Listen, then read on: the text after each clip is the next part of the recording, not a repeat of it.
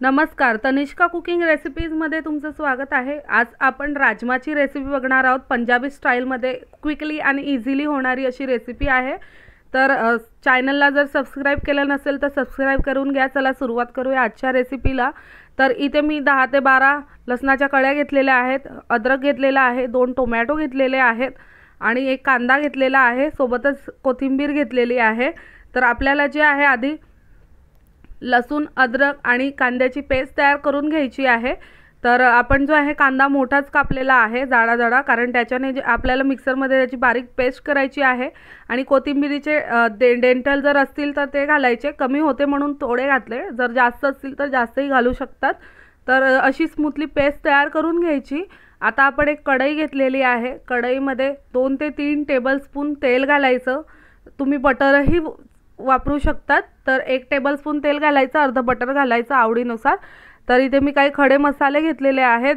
तर 1 तेजपत्ता घेतलेला आहे, 3 ते 4 लवंग घेतलेले आहेत, 3 ते 4 मिरे घेतलेले आहेत आणि 1 स्टारफूल घेतलेला आहे। तर तेल गरम झालं की हे खडे मसाले घालायचे आणि छान जे आहे होऊ द्यायचे मस्त। आता आपण जे आहे याच्यामध्ये काही इन्ग्रेडियंट्स घालणार आहोत। 1 टीस्पून मी इथे मोहरी घातलेली आहे, मोहरी छान तडतडली की 1 टीस्पून जिरं घालणार आहे। तर जिरं मोहरी छान तडतडू द्यायची आणि आपण जी पेस्ट केली होती अद्रक, लसूण, कांदा आणि कोथिंबीरीचे डेंटल त्याची पेस्ट घालायची आणि छान अशी लालसर होऊ द्यायची, जेणेकरून जे आहे लसूण, अद्रक आणि कांद्याचा कचवटपणा निघून जाईल। जर तुम्हाला पेस्ट नसेल करायची तर तुम्ही अद्रक, लसूण आणि कोथिंबीरीच्या डेंटलची पेस्ट करायची आणि कांदा एकदम बारीक चिरूनही घातला तरी चालतो। तर पण मी ते पेस्ट केलेली आहे। तर छान असा लालसर होऊ द्यायचा, जसा आता तुम्हाला व्हिडिओत दिसतो या पद्धतीने। तर आता आपण सुके मसाले घालणार आहोत। तर मी इथे 1 ते 1.5 टीस्पून हळद घातलेली आहे, 1 टेबल पावडर घातलेली आहे। आता 1 ते 1.5 टेबलस्पून मी इथे तिखट घातलेला आहे। तिखट तुम्ही तुमच्या आवडीनुसार कमी जास्त करू शकतात। आणि इथे 1 ते 1.5 टेबलस्पून जे आहे राजमा मसाला घातलेला आहे। तुम्ही याच्यात गरम मसालाही घालू शकतात किंवा छोले मसालेही घालू शकतात, तुमच्या आवडीनुसार तुम्ही इथे मसाला यूज करू शकतात। तर मी इथे राजमा मसाला घातलेला आहे आणि छान असं मिक्स करून घ्यायचं।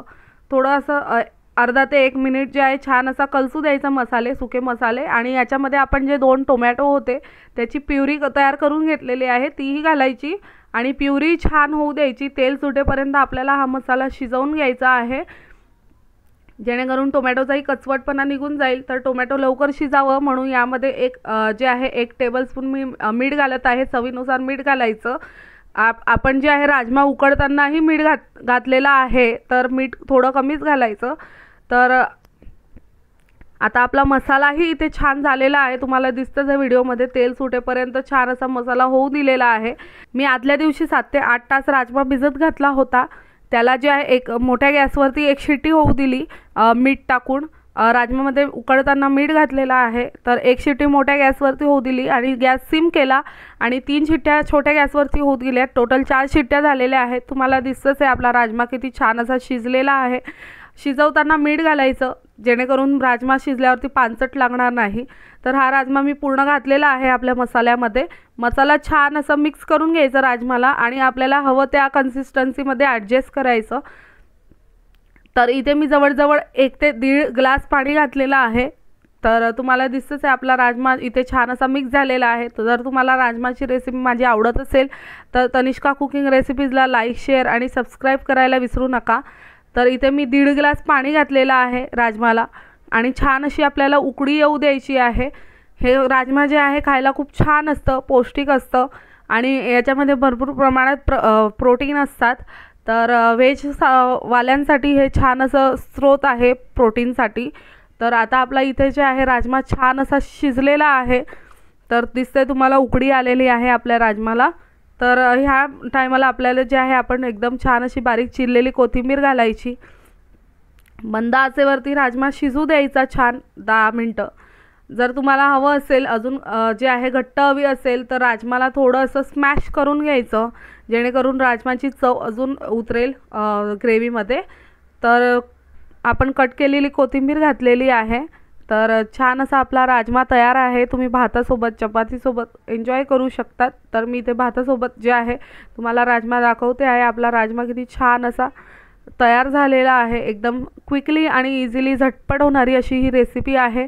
मुलांना लहानपासून मोठ्यांना खूप आवडतं. तुम्ही याच्यासोबत जे आहे पुदिन्याची हिरवी चटणी किंवा धनियाची चटणीही तयार करू शकतात. तर इथे कांदा घ्यायचा आणि सॅलेड घ्यायचं. पंजाबी स्टाईलमध्ये आपला जो आहे राजमा तयार झालेला आहे. एकदम क्विकली आणि इझी पद्धतीने हा राजमा मी दाखवलेला आहे. तर कांदा आणि सॅलेड घ्यायचं आणि खायचं. खूप छान आणि टेस्टीच होतं. एकदा नक्की ट्राय करून बघा. जर तुम्हाला माझी ही राजमाची रेसिपी आवडली असेल तर तनिष्का कुकिंग रेसिपीजला लाईक, शेअर आणि सबस्क्राईब करायला विसरू नका. धन्यवाद.